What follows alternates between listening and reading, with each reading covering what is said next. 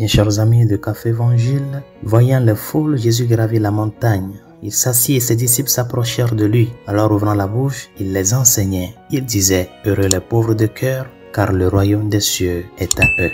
Chers amis, aujourd'hui nous sommes invités à réfléchir à l'appel incroyablement élevé des béatitudes. Ces leçons ont été enseignées par le Seigneur sur une colline située juste au nord de la mer de Galilée. Et de nombreuses personnes venaient au Seigneur pour l'écouter prêcher et être témoins de ses nombreux miracles. Ils affluaient vers lui dans cet endroit isolé et le Seigneur les a fait s'allonger pendant qu'il prêchait ce que l'on appelle aujourd'hui le sermon sur la montagne. Ce sermon se trouve dans les chapitres 5 à 7 de l'évangile selon saint Matthieu et se déroule peu de temps après que Jésus a commencé son ministère public. Quelle façon de commencer son ministère public, chers amis. Cet enseignement du Seigneur était tout à fait nouveau et a dû laisser de nombreuses personnes sous le charme. Jésus n'enseignait plus seulement les préceptes de l'Ancien Testament tels que les 10 commandements. Il élevait maintenant la loi morale à un niveau jamais conçu auparavant. Et en écoutant ce nouveau maître parler avec une autorité et une sagesse nouvelle, le peuple a pu être à la fois excité et troublé, avoir faim et soif de justice, être miséricordieux et avoir le cœur pur, être artisan de paix. Tout cela pouvait être accepté.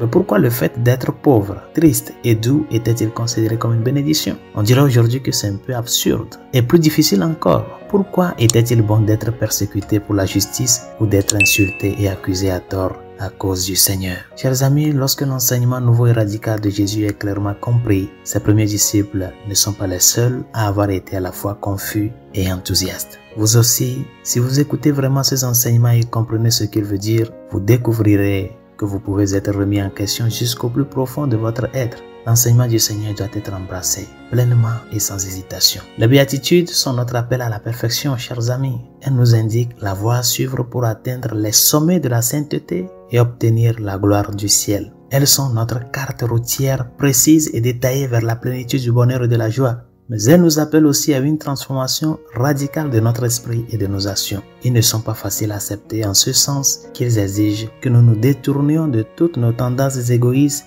et que nous choisissions de vivre libres de toute tentation, de tout attachement et de tout péché terrestre. La perfection attend ceux qui écoutent, comprennent et embrassent les béatitudes. Résolution de ce jour, ne cherche pas à te limiter au minimum dans ta vie comme chrétien. Parce que la vie chrétienne est une vie du maximum. Nous avons reçu sans mesure et donc nous sommes appelés à chercher la hauteur de la sainteté.